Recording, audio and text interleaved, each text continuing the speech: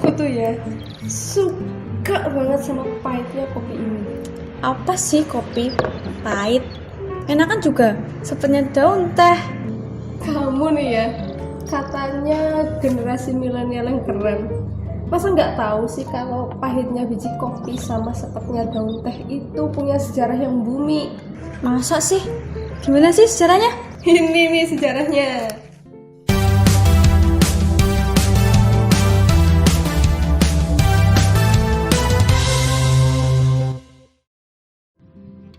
Assalamualaikum warahmatullahi wabarakatuh. Selamat berjumpa dengan Bu Fajri. Kita akan belajar IPS tentang tanam paksa pada masa penjajahan. Bagaimana sistem tanam paksa pada masa penjajahan berlangsung? Yuk, supaya lebih paham lagi, kita saksikan tayangan berikut ini.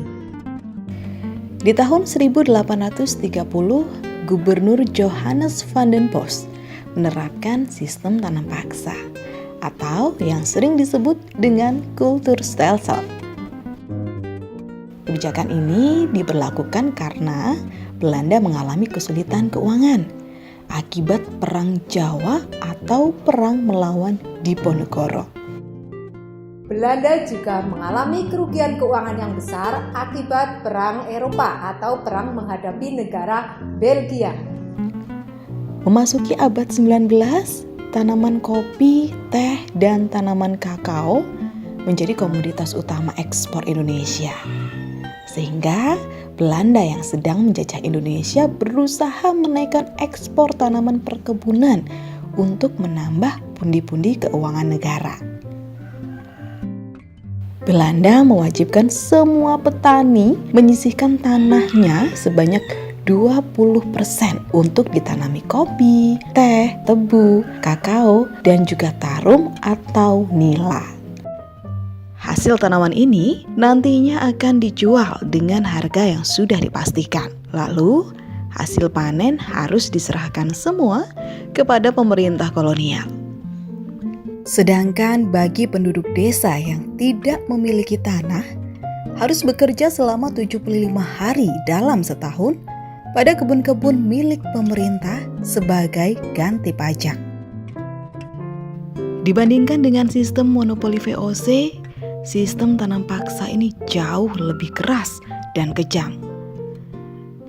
Karena pada praktiknya, tanam paksa ini sangat memberatkan masyarakat Indonesia di waktu itu. Akibat tanam paksa ini, angka kematian rakyat Indonesia pun tinggi karena kelaparan dan penyakit kekurangan gizi. Banyak pihak yang bersimpati kepada rakyat Indonesia dan mengecam sistem tanam paksa ini. Bahkan, kecaman pun datang dari kalangan orang Belanda sendiri. Mereka adalah Baron van Hövell dan Douwe Dekker. Douwe Dekker ini terkenal dengan nama pena Multatuli. Dia seorang penulis terkenal Belanda dengan bukunya yang berjudul Max Havelaar. Buku ini berisi kritik atas perlakuan buruk para penjajah terhadap orang pribumi Indonesia. Hingga akhirnya tanam paksa atau Kulturstelsel dihentikan di tahun 1870. Setelah muncul berbagai kritik, juga dengan dikeluarkannya Undang-Undang Agraria 1870 dan Undang-Undang Gula 1870. Bagaimana anak-anak? Sudah jelaskan tentang sistem tanam paksa ini? Nah, sekarang saatnya kuis.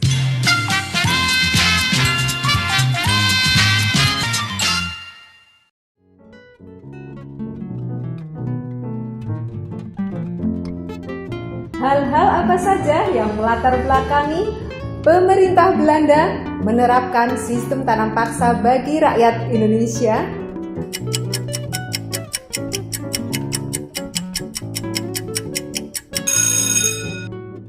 Ya, benar.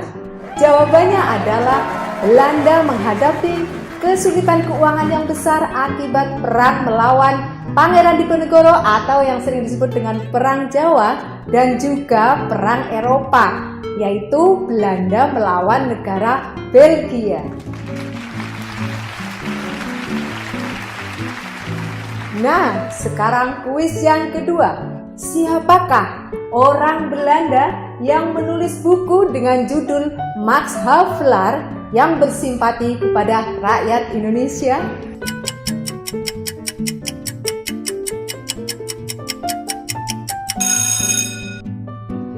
Ya, benar. Jawabannya adalah Douwesdekker atau Multatuli.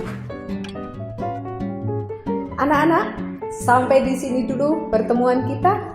Ingat, belajar IPS itu menyenangkan dan mengasihkan.